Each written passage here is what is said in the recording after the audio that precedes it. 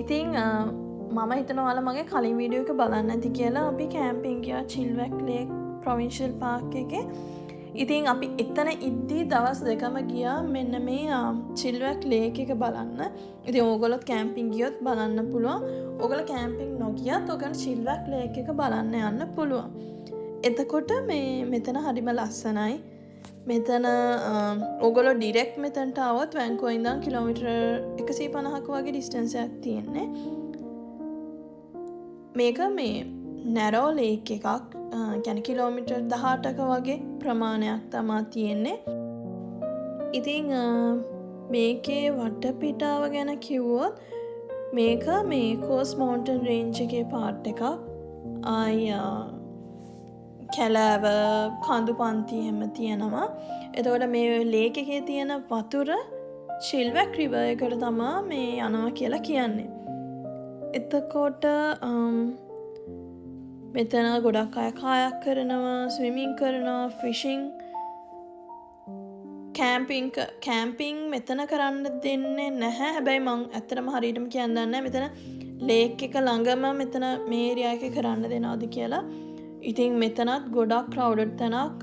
මේ අපි ගිය දවසේ වීක් ඩේ එක උදේ නිසා ටිකක් අඩුවෙන් හිටියේ. නැත්තම් අපි මොකද සැටර්ඩේ දවසකත් ගියා මෙතන ෆුලිම ක්‍රවුඩඩ්.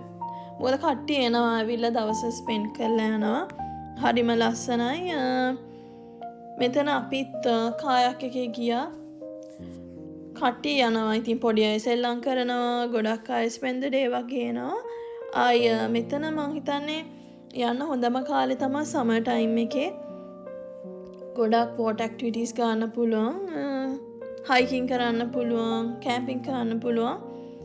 ඉතින් මේ හැබැයි මේ තැන්වල කොයි තැනකවත් ලයිෆ් ගාඩ්ස්ලා නැහැ.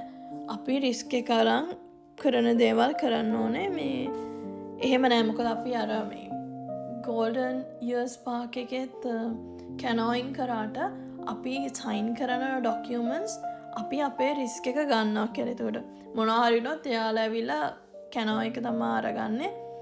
අපි ගැන යාලා එහෙම රෙස්පොන්සිබල් වෙන්නේ නැහැ. ඒ නිසා ඒවත් පොඩ්ඩක් මතක තියාගන්න. ඉතින් මේ වීඩියෝ එක ටිකක් දවස් දෙකේම ක්ලිප්ස් ඇඩ් කරලා මං දැම්මේ. ඉතින් ඔයාලත් මේක බලන්න. ඔයගන්ට තාසිතේ ඇත්තටම ලස්සනයි වතුර පාට. මෙහි ඇත්තටම තියෙන මේ මුහුද ගත්තොත් එක රිවර්ස්, ලේක්ස්, වෝටර්ෆෝල්ස් හරිම ලස්සන පාට තියෙනවා.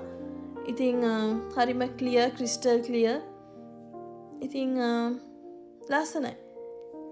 ඉතින් මේ වීඩියෝ එක එන්ඩ් වෙනකම් බලන්න කියලා මම ඔයගලන්ට ඉන්වයිට් කරනවා. තව මගේ YouTube channel එක subscribe කරලා නැත්නම් ඒකත් subscribe කරලා යන්න.